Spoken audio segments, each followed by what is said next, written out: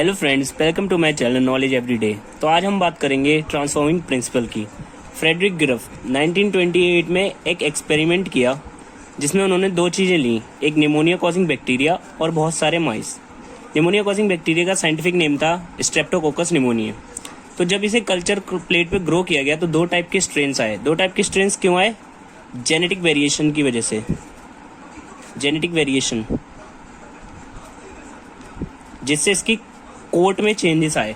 तो एक था एस स्ट्रेन, एक था आर स्ट्रेन। एस स्ट्रेन था विद म्यूकस कोट, ये इसके अंदर कोट कैसा था? म्यूकस। और आर स्ट्रेन जो था वो विदाउट म्यूकस कोट। तो एस स्ट्रेन कैसे फॉर्म्स कर रहा था? Smooth shiny colonies. और आर स्ट्रेन कैसे फॉर्म कर रहा था? Rough colonies. तो जब एस स्ट्रेन बैक्टीरिया माइस में इंजेक्ट किया गया तो रिजल्ट आया कि माइस डाई। तो माइस डाई क्यों हो गया? इसकी वजह से क्योंकि ये पैथोजेनिक था, इसीलिए एस स्ट्रेन को हमने क्या किया? वायरुलेंट। और जब आर स्ट्रेन बैक्टीरिया माइस में इंजेक्ट किया गया तो माइस लिव, तो इसलिए ये क्या है? नॉन वायरुलेंट और नॉन पैथोजेनिक। लेकिन उसके बाद जब फ्रेडरिक ग्रिफ्थ ने एस स्ट्रेन बैक्टीरिया को किल किया, किसकी वजह से? हीट से।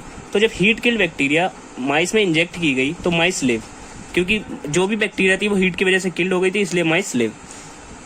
फिर उन्होंने हीट किल्ड एस बैक्टीरिया को और आर स्ट्रेन के साथ मिक्स करके माइस में इंजेक्ट किया तो माइस डाई। तो उन्हें ये समझ में नहीं आया कि हीट किल्ड एक्स बैक्टीरिया जो आर स्ट्रेन से मिलके माइस को तो जिंदा रहना चाहिए था, लेकिन ये माइस मर गया। तो उन्होंने ये ऑब्जर्व किया और जब माइस मरा हुआ निकला तो मरे हुए माइस से उन्होंने लाइव एस स्ट्रेन भी ऑब्जर्व किए। तो इनसे उन्हें एक कंक्लूजन मिला कि R strain bacteria somehow transform हो गई है। कैसे? एस स्ट्रेन बैक्टीरिया में। तो heat kill S strain bacteria ने इनेबल किया आर स्ट्रेन बैक्टीरिया को synthesise smooth colonies, smooth mucous coat वाले, और वायरुलेंट हो गई वो। तो इस सब एक्सपेरिमेंट से उन्होंने ये कहा कि ये जेनेटिक वेरिएशन की वजह से हुआ। लेकिन उस टाइम पे लोगों को ये नहीं पता था इसका बायोकेमिकल नेचर क्या है, वो डीएनए है, आरएनए है या प्रोटीन है। तो बायोकेमिकल कैरेक्टराइजेशन जेनेटिक मटेरियल के लिए कि वो डीएनए है, आरएनए या प्रोटीन है, 3 साइंटिस्ट ने वर्क किया, ओस्टवाल्ड एवरी, कॉलिन मैक्लॉयड और मैकलिन मैकार्टी। तो सबसे पहले जेनेटिक मटेरियल थॉट क्या किया गया? क्योंकि वो एक प्रोटीन है। तो इन तीनों साइंटिस्ट ने तीन एंजाइम्स लिए और ग्रिफ्थ का एक्सपेरिमेंट दोबारा से किया। तीन एंजाइम्स कौन कौन से थे? प्रोटीएज जो प्रोटीन को डाइजेस्ट करता है, आरएनएजेस जो आरएनए को डाइजेस्ट करता है, और डीएनएजेस जिसने डीएनए को डाइजेस्ट करता है। तो सबसे पहले प्रोटीएज।